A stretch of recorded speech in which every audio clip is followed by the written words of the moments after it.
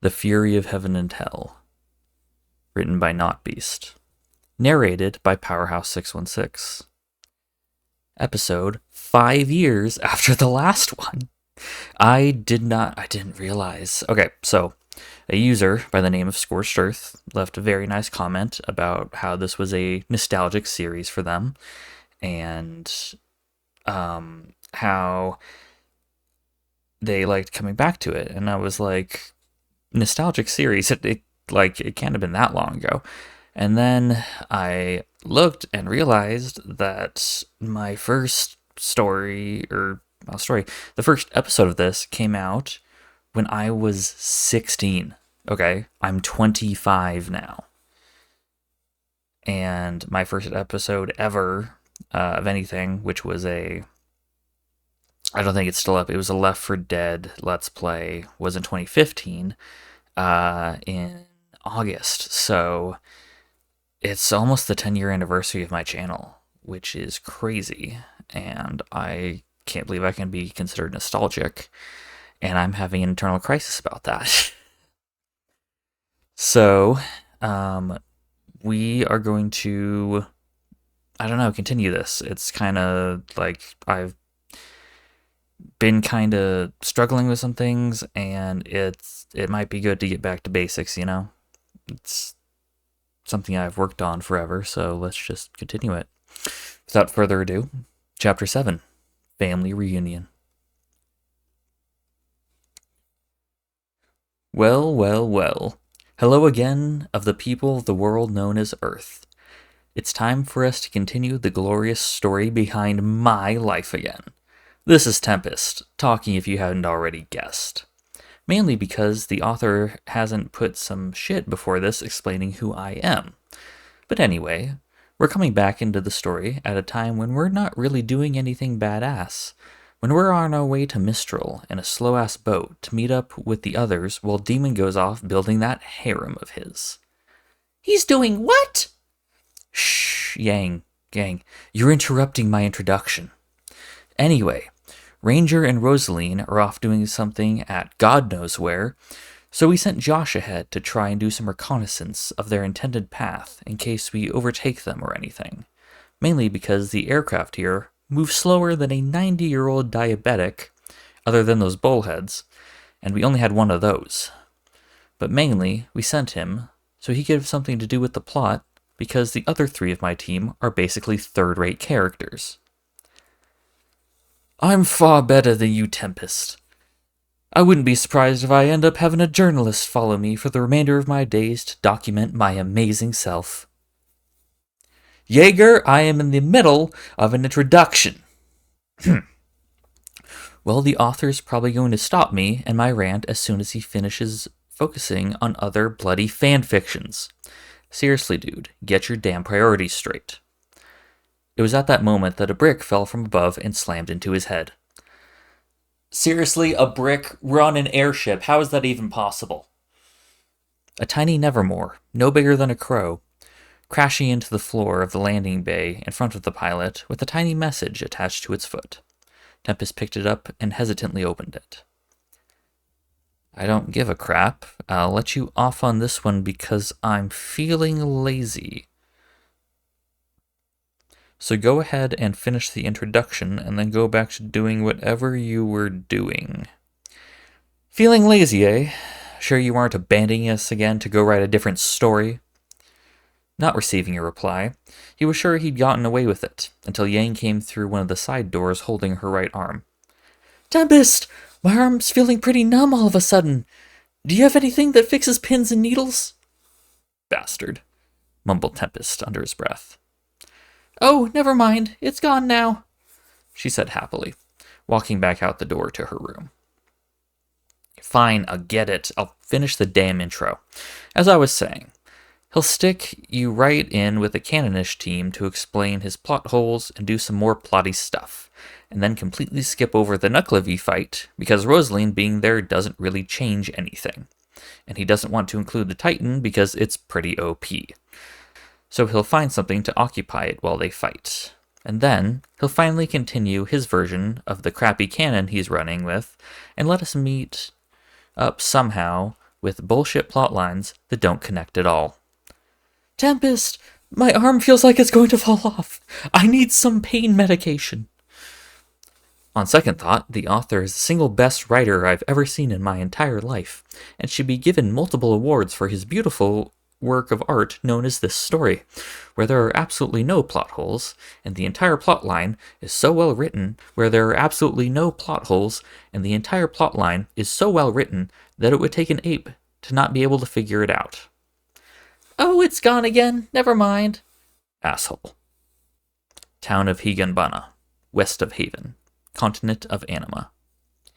Crow wasn't exactly one for staying in places for very long, mainly because of the unfortunate effects of his semblance, but mainly because Ozpin wanted him undercover for just about everything, and he was pretty easy to recognize, even with a disguise on. And he was not going to shave his facial hair no matter how much he got complaints about it. So, when a legitimate reason for him to stay put for more than 24 hours came to light, he made use of it, by immediately making himself well acquainted with the nearest tavern. Now, he was enjoying his time by himself at the bar, drinking to his heart's content, enjoying the view, mainly the barmaid, savoring the brief moment of respite he could find amongst all the recent turmoil. But that was until he was given a drink, compliments of a certain someone from up on the second level of the tavern.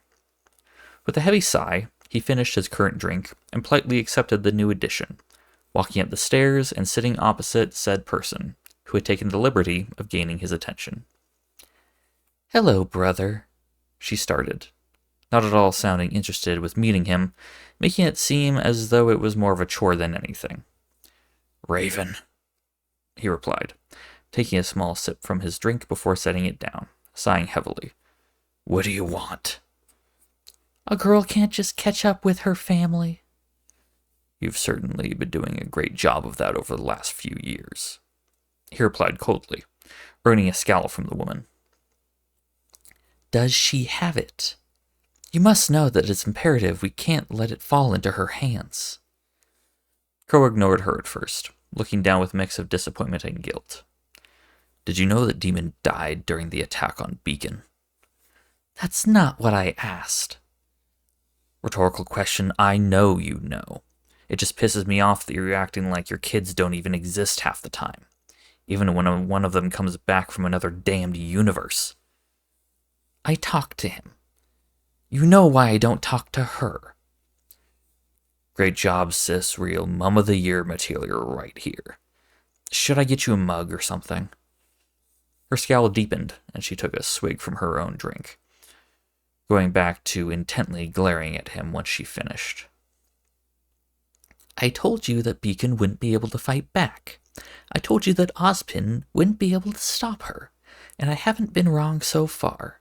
So I ask you again, does she have it? You're not at all interested in your children, are you? I like to know what I'm up against, and I know that both of them can take care of themselves. One of them is dead, he half-whisper shouted. She smiled slightly and replied with as much sarcasm as she could muster. Looks like someone's getting an Uncle of the Year award as well. He survived Beacon and united a splinter faction of the White Fang that survived the attack at Beacon, as well as beginning to produce a plan and the means of taking back said academy, she told him proudly, smiling to herself at the small victory. How? He muttered, not quite believing the words of his not-so-trustful sister. Hell if I know. All I can say is that he definitely has the Branwyn genes. Crow muttered something to himself as he swept back his hair and took a swig from his drink, finishing it off completely with a slight huff of disappointment. You shouldn't have come here, Raven. You know that there's no way we can beat her without working together. You can't just go lone wolf for the rest of your life. You should come back. You're the one who left, Crow. They were the ones that found us and gave us purpose. You can't just dismiss them as easily as you have. They were killers and thieves. They were our family. You have a very skewed perception of that word. Raven became infinitely more upset as he continued, becoming sick and tired of his constant sarcasm, almost shouting when she addressed him next. I lead their people because they have a reason. Without them, this whole world will perish, and I can't just let that happen. You can't seriously believe that bullshit they're spewing out just so that you can leave. I've seen the things they talk about, and trust me when I say the Grimm are the least of our worries. I'm simply ensuring that I do everything in my power that we survive. I've seen, and the people of Xi'an saw too. They were part of the problem. I couldn't really ask the corpses now, could I? They were doing things that just weren't right. Their view on things were distorted, and they were actually worshipping the Grimm. I think she has more of a hold on people than we think. Crow raised an eyebrow slightly as he once again questioned the truthfulness of his sister. I've already said the things they talk about. They just can't be real. Even Ozpin said that they aren't, and I know he wouldn't lie. And yet he's lying in rubble of his destroyed academy, all while his life's work is destroyed. How can you talk about him like that? He gave us a chance that no one else could have. So did the clan, and so did the bastard that took us in afterwards. Yet you clearly speak of them in such a positive light. You didn't leave him much of a choice. I gave him every choice, and he chose to abandon me. You can go around and criticize me for every choice in my life, but know for a fact that I made the right decision when I left. If you won't tell me where the relic is, then this conversation is over. She stood up and picked up her helmet, about to place it on her head, until Crow grabbed her by the arm to stop her. Please, Raven, at least consider coming back. If not for my sake, then Ruby and Yang's. They need a mother in their lives after what happened to Summer. Raven finally snapped and looked an inch away from slapping Crow across the side of his face as she wrenched an arm from his grip, placing the mask over her head and taking a step back so that she was out of reach.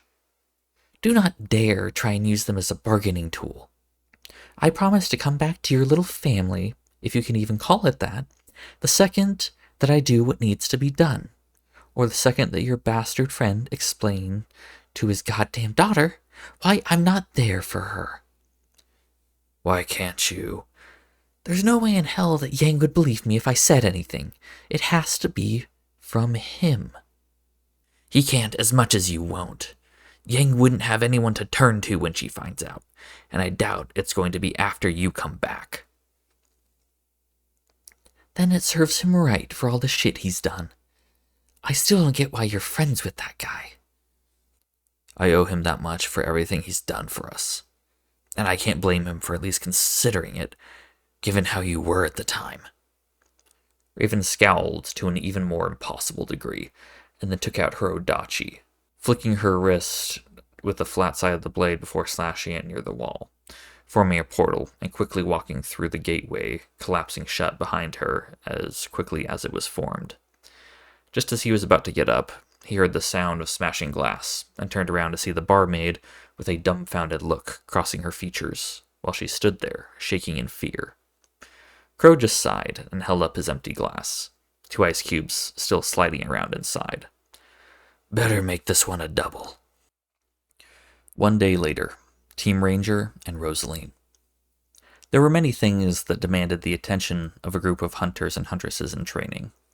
So when the team heard an interesting ship that had crashed a few kilometers from town, a design that wasn't even supposed to be used by the Atlesian military despite its obvious military ties, they couldn't help but go out to investigate what could possibly be. It was also a rather large coincidence that the crash wasn't even off their intended path anyway. A large plume of black smoke billowing into the sky on their way towards Haven. The journey towards the crash wasn't that hard, considering that they had a cobbled road to travel on. But when they got there, they couldn't even consider the tragedy that they would find. Rosaline instantly knew what it was the second she saw the insignia that was painted on the side of the dropship. The design, something that she clearly remembered from her days back in boot camp. It was a Crow-class dropship, the classic crossbones of the militia painted on the side, with both of its engines billowing fire, and the charred remains of a soldier's body could be seen through the cracked glass that led to the internal bay. A large trail of ripped-up dirt showed how it came down, felled trees lying in a path of its crash. As they continued to come closer and closer to the crash site, the sickening sound of tearing flesh was evident in the air, and was only confirmed by the horrific sight of a Beowulf lunching on the spilled guts of a militia pilot, a rifle strewn inches from his grasp, as he lay in a position that somehow showed he was still trying to fight back in his final moments of life. A quick shot from Crescent Rose blew the head of the Grim off, and it dissolved over the lifeless corpse of the soldier, only opening the true horror of the scene up to the team. They grimaced when they glanced at the sight of the open wound and the desecration of the body, but focused their minds back to the crashed ship and what could have happened. When they finally came within a few meters of it, they got a good view of what had caused the crash, seeing a barely visible Nevermore feather shrouded by the solid black smoke. The massive feather piercing the fuel line of the engines and somehow setting it on fire. As they watched, Rosaline noticed there wasn't any actual fire left. No flames, even looking out from the charred remains of the fuel tank. Thanking luck that it hadn't exploded, and turned the dropship into an unrecognizable shrapnel jigsaw puzzle. It wasn't until she realized it probably would have given them a more painless death than being burnt alive. Feeling that it was probably safer to move closer, she steeled herself to the horror that lay within, and went around to the half-open door in the back of the craft, ducking underneath the low ceiling and stepping inside.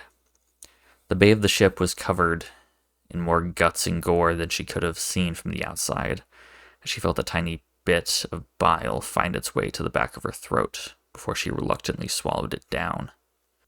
She ignored the charred corpses, flinching when she saw a large batch of unexploded grenades inside a carrying case, relaxed when she realized that, much like the fuel tank, if they were going to explode, they would have done it long ago. She shuffled along the cabin, ducking low to avoid a beam that had cracked through the top of the ship's cabin, climbing up the short flight of steps to get behind the pilot. She reluctantly went forward and checked on the pilots, being surprised to see neither of them were scorched in any way, yet both of them had their bodies strewn over the instruments, the safety belts being pulled taut against her body, doing nothing to stop their necks snapping forward from the crash. As much as she wanted to give them some form of burial, she wasn't here to covet the dead. She was here to find out just what had happened. Having the time to peacefully fix up an entire Goblin-class dropship single-handedly meant she had some idea where they kept all the ship's logs.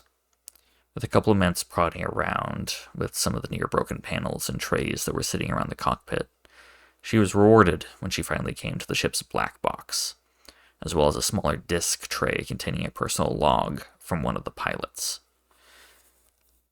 She wiped the dust off of them that had accumulated and walked outside again, finding that Ruby, John, and Nora were nowhere to be seen, while Ren meditated on a bare patch of grass, the massive Atlas ship standing behind him keeping guard. "Where are the others?" she asked quietly, the calm Lotus warrior not moving a muscle as to her speech until he spoke. "They went in search of any survivors." "And you didn't?" "There were no tracks that led from the ship that I could see, other than the man we saw earlier. I didn't want to tell the others and break their hope. We don't have much of that left," he replied solemnly, not breaking his meditation. "Okay then. We should probably leave soon if we want to get back to Haven anytime soon. I'm not sure if Ruby ended up trying to figure out how long it would take us." "Depending on how we rest or not, it'll take roughly 2 weeks to reach Haven by foot," if we take all the shortcuts and sleep for only 8 hours a day. Rosaline sighed at the news and walked over to Sid, looking up at the bundle of optics and the small devil horns overhead, feeling a small pain of nostalgia. "Sid, fall stance," she ordered.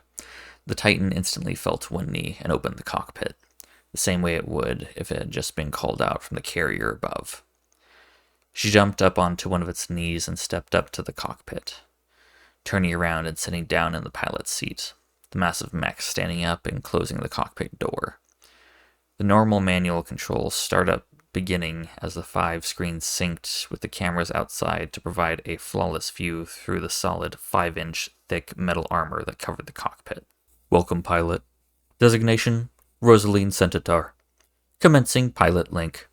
"Cancel link," she interrupted, stopping a small wave of light crossing the screen.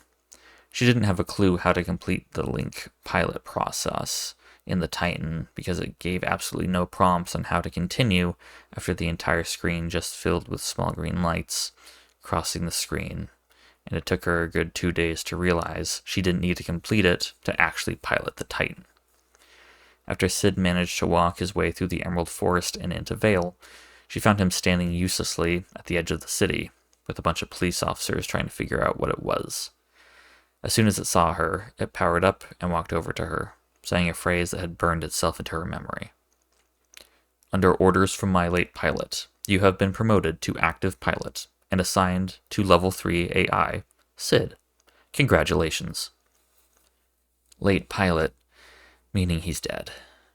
She had wanted to confirm her suspicions and quickly jumped inside the mech, booting up the built-in scanner like Demon had shown her, connecting to the vital sensors throughout his suit, monitoring his health and such, collapsing into tears when she saw that he no longer had a heartbeat, as well as several protrusions cutting through his armor, shredding his insides to pieces.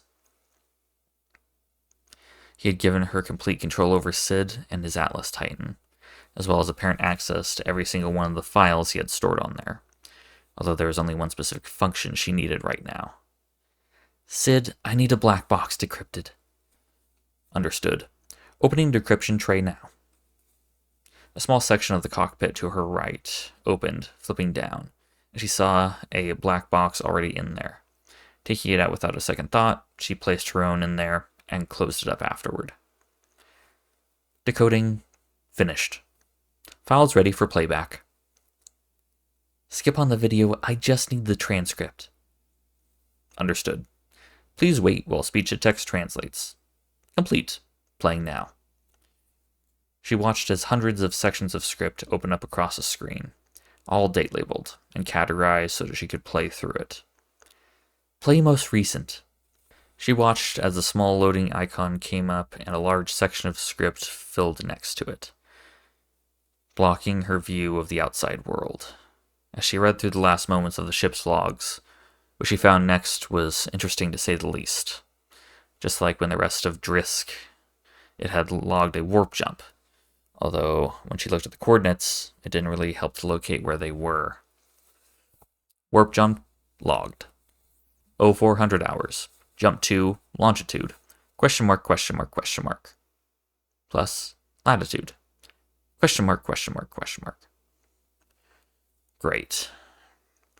There wasn't really anything else that was important that she could pull from the black box, so she ejected it and looked up to the pilot's personal logbook. It took some time, and eventually prompted her with a passcode, something that Sid managed to sidestep thanks to his hacking protocols that Demon installed on just about every AI and computer he had. She quickly went to work and looked up the latest logbook, feeling guilty for invading the person's privacy, even more so with the fact that they were also dead. Loading file. Private logbook of Leanna Johnson. Playing. "Well, we're finally being shipped out to take out that damn IMC base. They've been passing over the fleet for a week now. I'm just happy I ain't going with the SRS and having our asses kicked by some IMC schmucks. Then again, we probably ain't going to fare any better with the shipstorm they're sending us into. I figured they wouldn't go for another place that's protected enough with railguns to turn our ships into spaghetti, but I can't really complain as long as the pilots manage to disable the guns. I just hope I make it back to Harmony so I can see my family again. It's been too long." File end. Initiation of playback. Next file.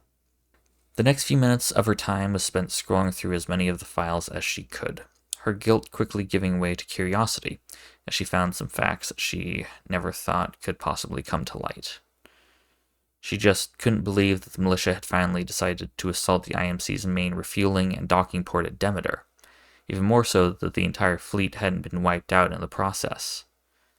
She had nearly had a heart attack when she read that the IMC had developed some prototype time-fold weapon, letting out the breath she held when she realized it was destroyed, along with the planet it was on. As she continued reading, she was so engrossed in the story that had unfolded on the frontier when they were gone that she almost didn't notice RWBY tapping on the front of her optics while shouting her name. After she did, she dropped the locks on the hatch so that RWBY could jump inside, then continued until it was all the way down, and then walked up onto it, crouched near the end of it, so that she could talk with the rest of her team below. "What's up?" she asked, seeing that RWBY's face had gone back to her normal cheerful self rather than the solemn look she'd expected after she was searching for survivors, which meant they had found something. "We found one!" she nearly shouted, jumping up and down in barely contained excitement, the others cracking small smiles as well, even Ren. "Found one... what?" "We found a Titan!" she cheered, pointing off in a seemingly random direction. RWBY and Nora quickly ran off to where they had pointed, while Ren just sighed and followed his partner. Rosaline smiled at the display and closed her cockpit, activating the Titan's movement gyros and deactivating the combat systems so it wouldn't automatically bring up the chain gun. She reached down and picked up John in its massive grip, laughing loudly when he cried out in surprise and flailed his arms around randomly. She began walking through the forest after the others, being able to easily catch up to them thanks to the fact that the mech could cover about 200 meters with each step of its walking speed. After about 30 seconds of walking, they came across another crash site. Rosaline saw just what they were excited about. Sitting in a small impact crater in the middle of the clearing was a Titan, massive rifle sitting off to the side, as well as a small energy capsule within the gun, spinning with a slow, dull light. The first thing that Rosaline noticed was this Titan was never shown during any of their briefings that were shown during their training. She was sure that her superiors would have been sure to include any knowledge they had on militia Titans, even if they were just rumors, but she hadn't even heard anything like this. The actual Titan was colored a pale white with dark green highlights around the cockpit, and the viewport with dull tan skulls underneath the optics, with the same L-shaped joints as the Atlas, while the armor was far more angular than anything else she'd seen. She could see a small multi-pointed back-mounted arm with a small box that looked like it would shoot something, as well as a larger protrusion on its left arm, along with lines of a smaller version of the vortex shield that was on Sid's arm. It didn't appear to be damaged in any way, mostly because Titans were developed to survive high-impact crashes, which was why they were dropped from orbit most of the time, but something seemed off about this one. Rosaline put John down and moved Sid forward, carefully leaning down onto the Titan and carefully tapping the cockpit, hoping that if there was a person inside, that they would make themselves known. Thankfully, or sadly, depending on how you look at it, when the cockpit bolts unlocked and the main doors came down, there was no pilot, and the main cabin was fairly unused. RWBY was the first to run forward, jumping inside and happily pressing about every button she could get her hands on, only managing to go through the startup sequence by complete luck. She nearly had a heart attack when the Titan's core spanned life, and a loud hum reverberated through its back. The servos in its legs and arms roaring to life, while the massive mech made an effort to right itself. RWBY quickly sped out of the cockpit before it could close on her, and hid behind Sid, much like the rest of her team were doing. Rosaline quickly brought the combat systems online, and pulled the chain gun off of Sid's back, linking it to the mech's reticle, and taking aim at the new Titan. It was a bit chunky with the way it moved, the servos probably filled with dust and grime, but it took no time standing straight, moving over, and picking up its rifle after it finished. then turned to face the team. It looked like that for a few seconds, before whirring and getting back down on one knee, opening the cockpit, and stopped moving afterwards. Rosaline eyed it cautiously and opened up her Titan's door, jumping down to the ground and hesitantly moving forward. She took out one of her pistols, even though she knew it wouldn't do much, and jumped over the new Titan's cockpit. She activated the secondary phase of activation, and the mech stood up again. The cockpit door closing, and the inside of the massive mech was plunged into darkness. Rosaline knew this was completely normal, although it still didn't do anything to quell her nerves, making her hit her head on the top of the capsule when the OS voice came through the inbuilt speakers. State, designation, and rank. Rosaline, recruit pilot rank, she said, not sure how she was supposed to respond. Pilot not listed within current database. Please update before continuing. She swore slightly as she tried to bypass the system, until she remembered something that Demon told her in case she ever did meet any other militia. Pilot designation, Delta Echo Alpha, authorization code 229-35567. Authorization code accepted. Beginning system calibration. Several lights began strobing on the screen in front of her, and the optics reactivated, giving her a view of what was going on outside, seeing the rest of her team still huddled behind Sid. She quickly took manual control of the arms and gave a thumbs up with the mech's left hand, seeing Ranger visibly relax from the action. Warning. No compatible pilot interface detected. Please connect now. Now this was the part she was truly stuck at. She didn't have a problem with any of Demon's Titans, and she was never told this would actually happen at all. Shit, she muttered, seeing exactly what it was talking about when she realized that she had only ever seen the pilots go into their Titans with their special helmets on, vaguely remembering something about links whenever she was told how pilots controlled their Titans. She canceled the calibration and popped the cockpit open, jumping down to the ground and going back over to the others. Well, it looks like we got another Titan to add to the collection, she said. Both Ruby and Nora cheerily, instantly, pumping their fists into the air while jumping around. But it looks like we're going to need a pilot's helmet to actually use it manually. They both pouted at this, but then instantly went back to their happy mood when they began talking about how they were going to name it, dragging a very reluctant Ren into their conversation. As they did, John hesitantly came over to her with a mellow face set in. Wasn't that guy we, saved from the Beowulf a pilot? He was wearing the armor that Demon came here in. I wasn't exactly sure. Rosaline paled slightly and looked back at the crash site, sighing heavily, and took out both her pistols as she began to walk off. If I don't come back, it's either because the Grim got to me, or I'm spending a good hour or so getting reacquainted with my lunch, she mumbled, so that he could barely hear her, trying not to think about her task at hand. She didn't exactly want to see the poor man's guts again, even less so to actually get near them enough to get his helmet, but then again, she didn't want to have a useless Titan traveling alongside them, when none of them could even figure out how to change the systems without accidentally breaking it. This is going to suck,